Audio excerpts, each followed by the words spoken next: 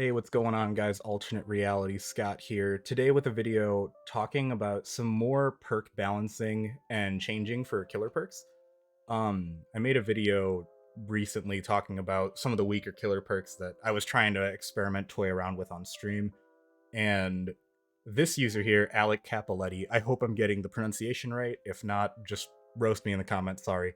Um, but they decided to give a lot of cool suggestions for some brand new perks and even some balancing for some other ones that I think are also pretty weak.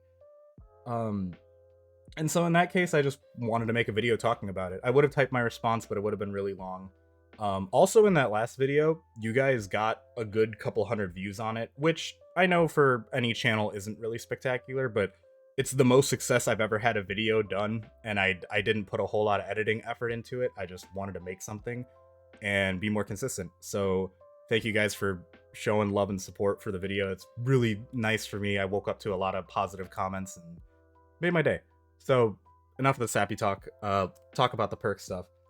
Perk idea: Ally from the Shadows. Kind of a supplement to Spies from the Shadows. Basically, the effect is after a certain duration of a generator being idle with some progress, crows will fly down and peck at it, start regressing the generator for you.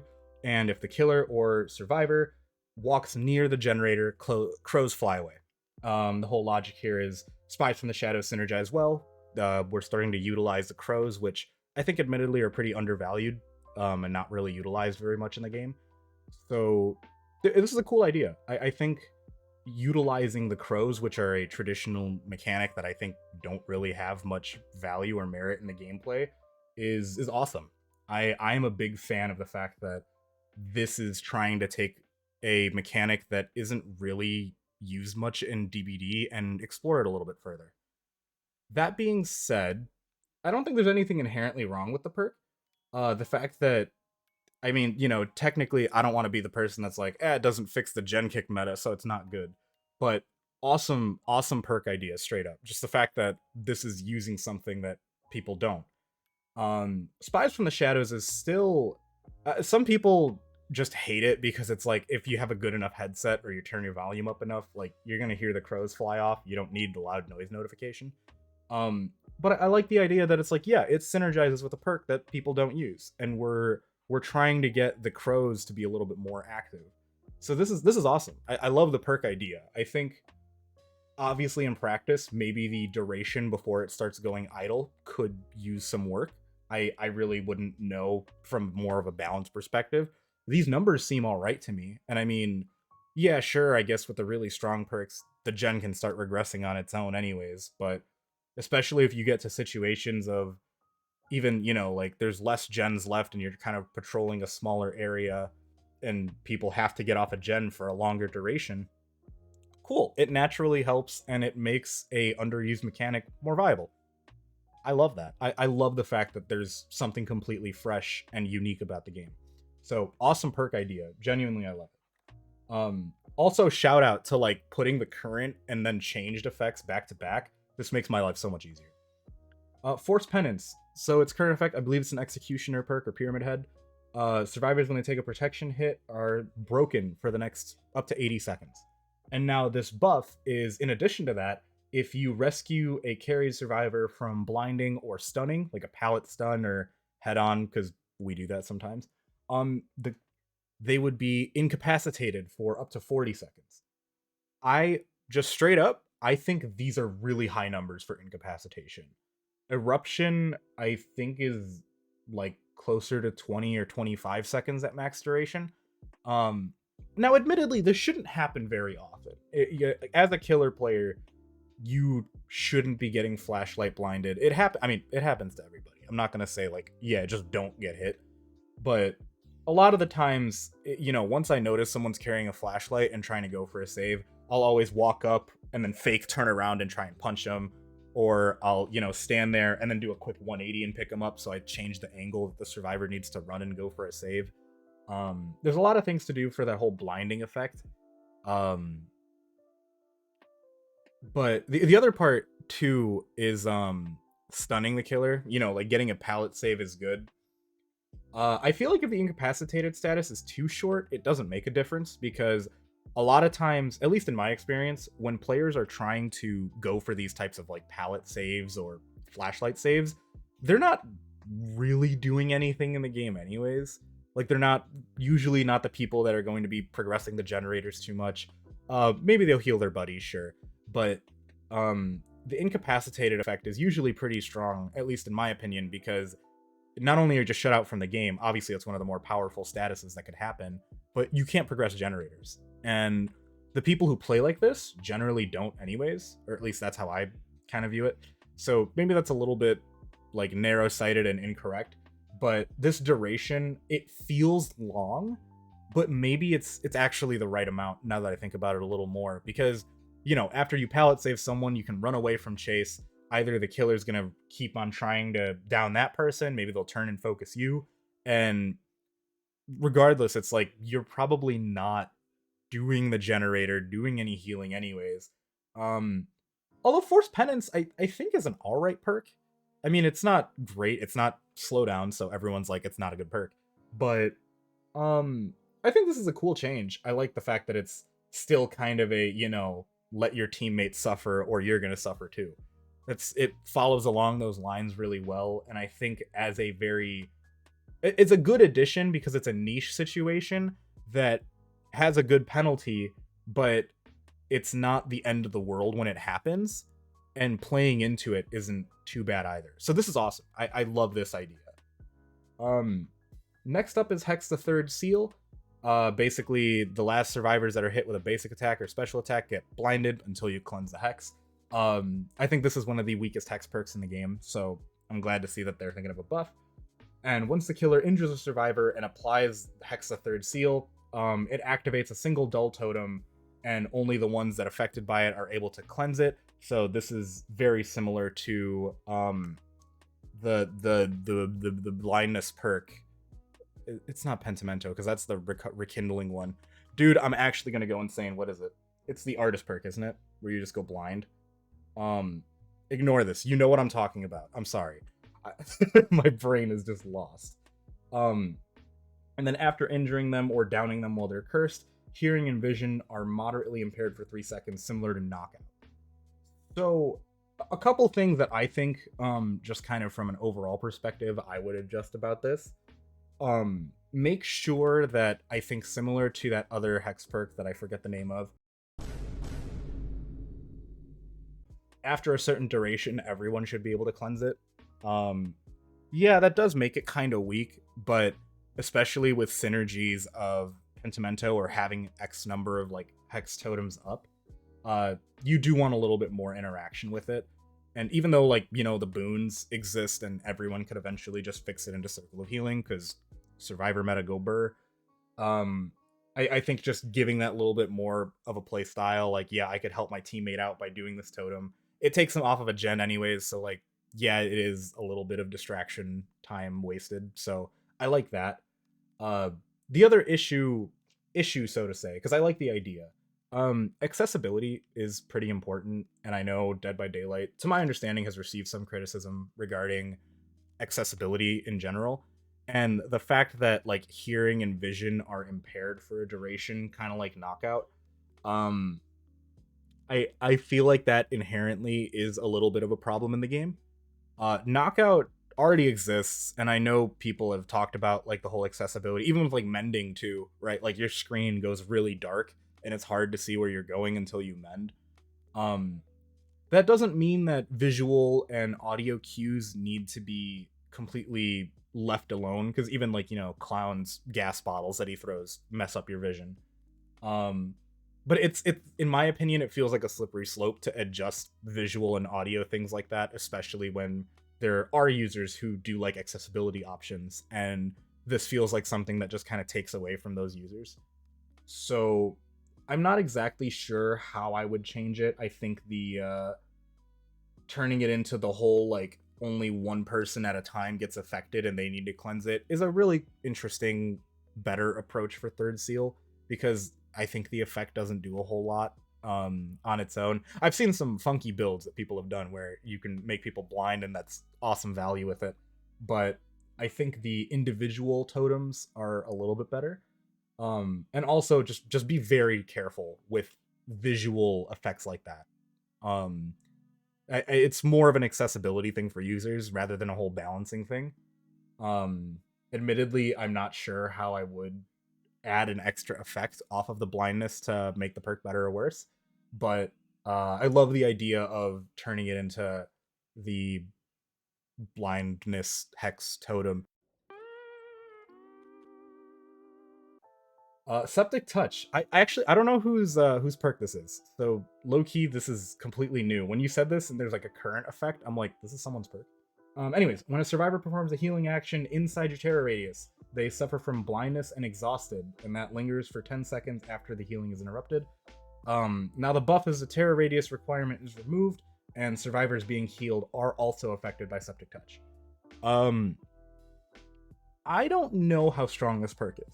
It hasn't been the talk of the gen kick meta, so I don't believe it's broken or, of the strongest perks that Killer has available. But you also do need to be kind of careful with giving people exhausted outside of using their exhaustion perks. I think as of right now, the only thing is Fearmonger, which if you're on a gen, usually I think it's just like 4 or 5 lingering seconds once you get off of the generator, which isn't impossible. It does require you to get off of a gen a little bit earlier to prep for using an exhaustion perk, and I don't know how necessary exhaustion perks are. They're some of the best in the game. There's no doubt about it, but at least like for the builds I've been running, I don't use it. So maybe that's a little bit of personal bias. This duration of monitoring people's exhaustion, you do kind of need to be careful with it. But if this is already the current effect and it doesn't see much play, that's cool too. The terror radius requirement, however, it's weird because, like, sorry if you hear the garbage truck outside. It's weird because if you're not in chase, you don't care that you're exhausted, but like, so I guess it doesn't really matter if you're too far away. It's just, I can't sprint burst over to my next destination, because otherwise no one's gonna dead hard to a generator. No one's gonna life. I mean, maybe someone lights to another generator, but a lot of these exhaustion perks really matter when you're in chase. I think that's the better time to use it. The only exception is when you're, if you sprint burst when you're in a 4 stack, because I know I'm in chase with this individual, everyone else just get to a gen. And if that means you got to sprint burst and run to a gen, do it, because we have the communication. I'm in chase. Do what you got to do to progress the game. So I think the terror radius requirement being removed, as strong as that sounds, I think is actually pretty fair. And the fact that the survivor being healed is also affected by Septic Touch. I think it's weird because something tells me like people are gonna complain and get like griefed. It's like, okay, I get unhooked, I'm injured, I need to heal up, someone's healing me, and now all of a sudden I'm now exhausted because I got unhooked and I need to be healed. I think that might cause some players to be like, oh, this feels really bad. Just to get unhooked and then you're immediately still exhausted and you can't save yourself without like, something like Off the Record being the strong second chance perk. So I think the small adjustment I might make is that if you're being healed, that you don't get blinded or exhausted until you are fully healed from a health state. Being like recovered to healthy. If you are injured or downed and changing states between those two, you're down and you get picked up to injured, you shouldn't be exhausted. And I think more that's just from a player satisfaction perspective of like, I don't want to have died and now be exhausted because I'm getting picked up. That I think more than a balance perspective, it's like people wouldn't like it. And I think once you are fully healthy, then at that point, sure, you're exhausted. Counter the exhaustion perk. That's fine. But to counter, so to speak, that perk when you're immediately injured, I think more than balance could be player frustration.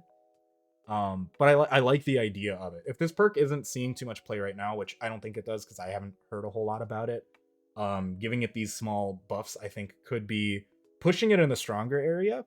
But Like I said, I haven't seen the perk ever. And admittedly, I haven't played a whole lot recently. So who knows? Maybe the perk does start seeing play pretty soon. But this is more of a user satisfaction balance in my opinion. Dying Light. So I'm pretty sure this is the Freddy perk or Nightmare. Lot of text for a whole lot of minimal value, which is basically every non-obsession hook gives you a token, and all of your non-obsession survivors receive penalties to gens, healing, and sabo speeds, while the obsession gets a speed bonus to unhooking and healing. This perk is not good. From what I recall, it's not good, and it doesn't look like they've changed it a lot. So the buff that you propose is the obsession now doesn't get any action speed bonuses. Unhooking and healing, I feel like this already didn't happen a whole lot. Like, I mean, sure, they can go for it, unhook and heal. And yes, to buff the perk, sure, the obsession shouldn't get anything, and it's fine, but it becomes another slowdown perk that you need to be careful with, because effectively, assuming someone's gonna play, and this is how I see it in my brain, it might not work this way, but if I kill the obsession, then immediately, as long as there's no obsession changing effects, the game inherently just slows down a lot. Or if I ignore the obsession for that matter. The quicker that these stacks grow, I'm gonna say, one person is always on hook at a time. And I'm gonna say, like, 70% of the time, because you're probably gonna ignore your obsession. Maybe you have to go for them sometimes. They're gonna be the ones that are on hook. So this really doesn't apply to the obsession, which means on average 2 people, and maybe the third if the obsession's on hook, or on the off chance that everyone's just working and you're trying to figure out how to get a chase started. That, like, on average 2.5 survivors, if that makes sense, are really being affected by Dying Light at any given time, which for an individual survivor to get these slower penalties to all these effects, I think the biggest one really is repairing generators. I remember when they just reworked Thanatophobia, and like a lot of people were like, this is so boring watching this gen, progress bar like barely move. So they wanted to try and make it so that gens aren't fun. Like, no one wants to be a gen rusher, but the fact that it's another perk that is slow down by making these survivors sit on a gen longer, for balance, in my opinion, this is cool. Another user satisfaction thing is, like, this just feels awful. Like, imagine when you get close to max stacks, I'm just gonna put like 8 stacks, because more than likely that's, everyone's been on hook 2 times. That's very, very lucky for survivors, not very optimal for the killer. But for the sake of argument, like, even less tokens than that, let's just say it's like 5 or 6 tokens, you're in the mid game, Dying Light's starting to put in work. The fact that if I'm not the obsession, I am doing a generator like 20% slower, and if gens take 90 seconds, that means what, 108 seconds? So another 18 seconds, which doesn't sound like a whole lot, that it takes for me to do a generator, and you stretch that out to 3 people. That's obviously, it's not really always the case, because someone's going to be in chase or on hook, so it's not always exactly how it is, but you're effectively adding a lot more time of doing generators to multiple survivors. And from a player satisfaction point, I know people would probably be upset by that, the same way that they were upset with Thanatophobia. So it's hard to say this is the best way to balance Dying Light, so to speak. Balance wise, for clarification, I love the idea. The obsession shouldn't be getting speed buffs. If this were the case, it could be a viable alternative of a slowdown perk. And maybe Dying Light could see some play for once. But I think people don't like seeing bars go slowly. I'm pretty sure that was kind of like the whole argument and reason why people didn't like Dying Light before. Or not Dying Light, Thanatophobia, when it just got reworked. And I imagine Dying Light is kind of the same way. But even though, like, this current effect, like, I don't ever remember the stacks going up too high, and it doesn't make a big difference for an individual, but the fact that there is no counterplay to how slow my bar starts going up. Other than, you know, loot better, don't get chased too often. I feel like people would start to complain about it, but that's also a whole side argument. The balance is pretty good. I think it's just being a little bit careful with the numbers, but that's also like the base part of Dying Light, right? Like I'm talking about Dying Light like this isn't already what it does, and people don't complain about it. I hear people talk like, the perk kind of sucks, but like it's not the end of the world. So as a buff, objectively, this is good. Um, just the fact that knowing that this is gone, I'm sure people would throw a fit like, oh, I'm doing generators slower. But no, on second thought, you're right. This is fine. I'm critiquing Dying Light as a perk itself, not your buff, and your buff is good. I'll move on from it. Grim Embrace. So every time a survivor is hooked for the first time, you gain a token, and once everyone's been hooked once, all gens are blocked for 40 seconds, and the obsession is revealed for 5.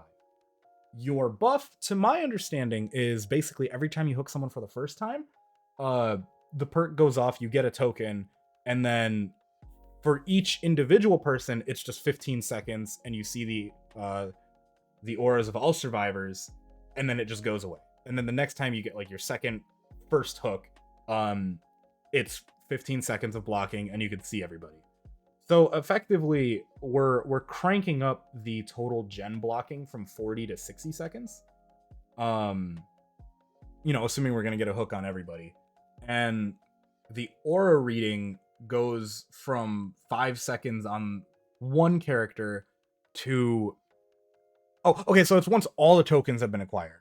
Then you see everyone for 4, 5, 6 seconds. Okay, so this is a little. I thought it was every single time, also for the aura reading. It's good. I like it. I think this. It's a little bit. I feel like Grim Embrace is already actually a alright perk. I could be completely wrong. I haven't seen much gameplay, but something tells me this isn't that bad. The fact that I can still choose to lock someone out of the game, like with Grim Embrace in its current iteration, if I tunnel someone out of a game, which once again, not necessarily the best thing to do, but a lot of people are kind of in the mentality of tunneling and getting someone out of the game the fastest is objectively the best thing you can do. A lot of the times in games, I'll agree with that. Yeah, sure. If you tunnel someone out of the game, it makes it easier for you to live. Or to win the game, because 3v1s early on are hard to come back from. The fact that in between the second and third survivors going on to hook in these situations, everyone else gets blocked for 15 seconds, I feel like not necessarily reinforces that strategy, but Grim Embrace as it is right now doesn't get affected too hard by tunneling, because you do need to get everyone first. And if everyone gets hit first, cool. If you tunnel one person out of the game and you're trying to clean up the other ones, then yeah, block all the generators for some time. You're probably winning that game anyways. In your new buff, which I do like, because at least the first hook, you're gonna get immediate value with it. If you choose to tunnel someone out of the game, you now have multiple segments of my teammate got hooked, I cannot progress the game to get us out of here, and the killer is going to keep running around looking for us. I think this, I feel like personally, this borderline pushes the change to be very strong. And it's mostly the coming from the fact that the community mentality is strong game sense. Let me rewind that. The community mentality of the best thing killers can do, or the strongest plays they can make, are to get someone out of the game as quick as possible. I don't think I would disagree with that. Like straight up, I'm pretty sure everyone kind of feels that way. So the fact that you can stall once you get the second hook, it's basically the level 1 effect of Grim Embrace of how much you're blocking the generator. And then if you get the third person hooked for the first time, you have now collectively blocked the generators for more than current Grim Embrace. And also, I don't know if the whole reading auras of the survivors is, I mean, it's a good thing the perk does, but I don't, it's a good change that it's not the obsession to the all survivors, but it's, in my opinion, a minimal change. but it's still aura reading. You love to see it. But the fact that you could stall generators for a good chunk of time, in theory 60 total seconds, and the fact that if you knock someone out of the game, everyone is still constantly experiencing these 15-second waves of gens being blocked, I think is very strong. Um, I think Thrilling Tremors is the other. Was it a Ghostface or Plague perk? Someone's perk where like if you're carrying someone on the shoulder, gens are getting blocked until they get put up. Um, it's a little hard to balance like locking down generators. And I like this idea because as it stands right now, I don't see people running Grim Embrace, but this seems like a pretty solid perk in its current iteration. And this buff, I feel like could push it to a very strong category. It's not to say this is a bad balance at all. I love the idea of if it's not good because you need to hook everyone individually once, which, to be fair, I think perks like this trying to incentivize equivalent hooking and chasing as a killer is good because everyone complains about tunneling. And something like this where let me give value to those that aren't tunneling is good. I like that a lot. But people will stick to their mentality of I'd rather tunnel and win through my games because that's the only way to win a game, which isn't true, but it helps a lot. Bloodhound. This is one that I had talked about. It's bad, just straight up. So its current effect is pools of blood are just shown brighter red, really bright red, and you can see them a little bit longer. The buff that's proposed is, along with the current effect, auras of injured survivors are revealed to the killer once every 45 seconds, and survivors also make more noise while they're healing. Cool. That's good. Bloodhound has so little going for it with chasing that I think this is great. The fact that you could see auras of injured survivors, once again, little dicey, because technically if you're trying to focus someone out of the game, you'll always see where they're at. You can just run them down and beat them up, but if I'm running Bloodhound to do that, okay. Like, it's not slow down, it's not anything crazy, so good addition to Bloodhound, and people who make more noise while they're healing. Yeah, I mean, doesn't it changes a little bit because yeah, sure, you might be able to hear them, and people aren't running Iron Will anymore since it's not a 100% debuff. So having stuff that can make you hear people louder, totally fine. I like the buffs to Bloodhound. I don't think it makes it a meta perk, but there's enough effects here where it's not just beginner friendly. Let me learn how to chase people. It's like there's some aura reading involved, and that's also pretty strong historically. Last perk right here, we have Coup de Grace, which, as it currently stands, when a gen's completed, you get a token, and you use that token to Giga Lunge. You get Freddy Lunge on whoever you want. So your buff is now, instead of being token based off of gens completing, it has a cooldown that only works when you are outside a chase. I like that. I really do. I feel like Coup de Grace is awesome because it feels weird because like at some point it's like you know how the mechanics of chases work, and like the fact that I'm really close to making this pallet, but the fact that this man just absolutely whips his arm out and stays lunging for however extra distance and slaps me, it's like, okay, once you know he has coup de grace, I have to loop a little bit differently. So I like the fact that it's one of those, like, there is going to be counterplay to it. It's not like it doesn't exist.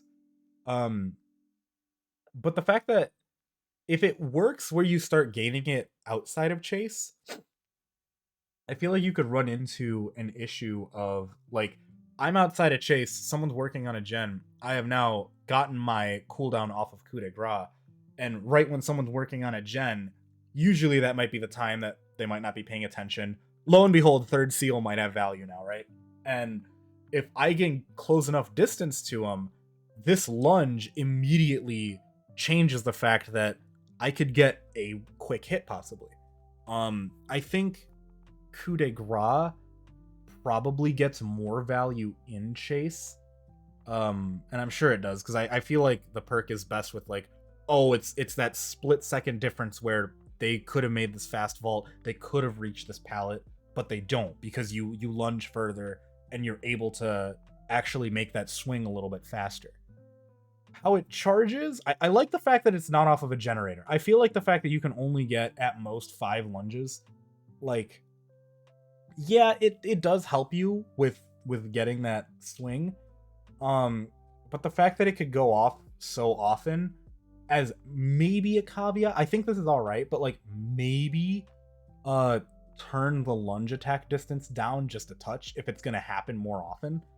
Um, because then maybe you run this, you know, and I hope it doesn't supplement the whole like slap them, they're injured, and now walk away, and then you're just gonna recharge coup de grace. And admittedly, you're not putting enough pressure to go into hooks, so like it's also kind of fair in that regard. But I think that a little bit of the perk strength slash ability should be in the fact that it gets value in chase and rewards that kind of playstyle, and this still offers a dynamic back and forth. I think this is actually a really good change. The fact that coup de grace could only go off a few times because of the tokens from generators, um, I'm happy to see it's changing more. Sorry if you hear my dog. I don't know. I think someone may have rung the doorbell. Um, it's an Amazon truck. He's defending the house. I respect it. But yeah, I think this is really good. I'm happy that this change kind of enforces more proactivity with coup de grace, especially because I feel like it's because you get the perks so little that you don't really use it. So these are awesome. All of these changes collectively are phenomenal.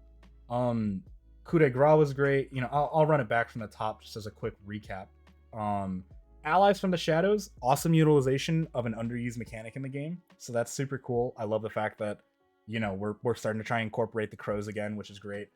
Force Penance, possible tweaking with the numbers of incapacitation, but I actually think it's fine. I feel like people that generally want to mess around with the killer aren't really doing much anyways in terms of, you know, repairing generators or cleansing totems. Maybe they'll do some stuff like that. But I think that's actually really good. Third Seal, for whatever perk I still can't remember the name of, I like it. Just be very careful with accessibility, with impairing people's hearing and vision. I know that's kind of been a conversation point in the game, but still nice. Septic Touch, cool. Maybe not apply it to the person you're healing if they're still injured. You want to give them a chance to run away, but happy to see it be applied to the other person too if they do get healed. I think that's very fair. Dying Light, I kind of went on a tangent on this, and that's my fault. I think your balance change is great. I would just be careful that people get in a bad mentality of like, oh, I'm doing everything slower and it feels bad. That's just kind of a user thing. But I like the balance change here. Grim Embrace, being careful with community mentality of tunneling is good. And I think that's something that's going to be really hard to change. I know a couple of people have made, like, even Otz has a video of like the future of tunneling, and even Scott talked about it, so now maybe I have to make a video talking about it. But it's a little dicey. I think this gives perk value in scenarios where people choose to eliminate one player from the game as quick as possible. That doesn't mean it's bad. I think the change is good. It makes the perk more relevant, more frequent uptime, but I do like the Grim Embrace concept of promoting equivalent damaging playstyle. Like, everyone should be on hook before you kill someone. I try to play killer like that, and straight up, I don't win. I'm not good enough for it. Like, I'm not even gonna say like make up excuses. I know I am not a good enough killer to equivalently do damage to everyone, then start killing them. The only times I was able to do that when I was playing with bad perk Ghostface on stream was people who were running into me trying to body block, protect hits, not doing generators. In that case, sure, give me enough time, I'll get everyone out of the game. But yeah, just be very careful with the community mentality that tunneling, removing people's good. Bloodhound, awesome change. The perk's not good, so give it some extra effects. I love that. And coup de grace, we just talked about it. Make sure that you can get more value out of the perk than just generator stuff. Video ran longer than I thought. If you guys are still watching to the end, love you guys. Thank you. This took a long time. I didn't mean for it to take a long time, but I had a lot of cool ideas and wanted to talk about it. So thank you so much for watching. If you guys did like the video, please like, and if you want to subscribe to check out more of the content, I'd really appreciate it. It lets me know that you guys are liking the videos. leave comments down below, any perks that you would want to talk about, anything that you think I didn't really cover very well, or another perspective for some of these perks. Thank you once again for leaving this big comment, man. I really do appreciate it. If you guys do want to see the video that I was talking about before, I'll leave that as a end card. You can go click on and check it out. But beyond that, take care, everyone. Super happy that I got to make this video. Thank you so much for the community interaction and the positivity from all the videos. It means a lot to me. So take care and peace.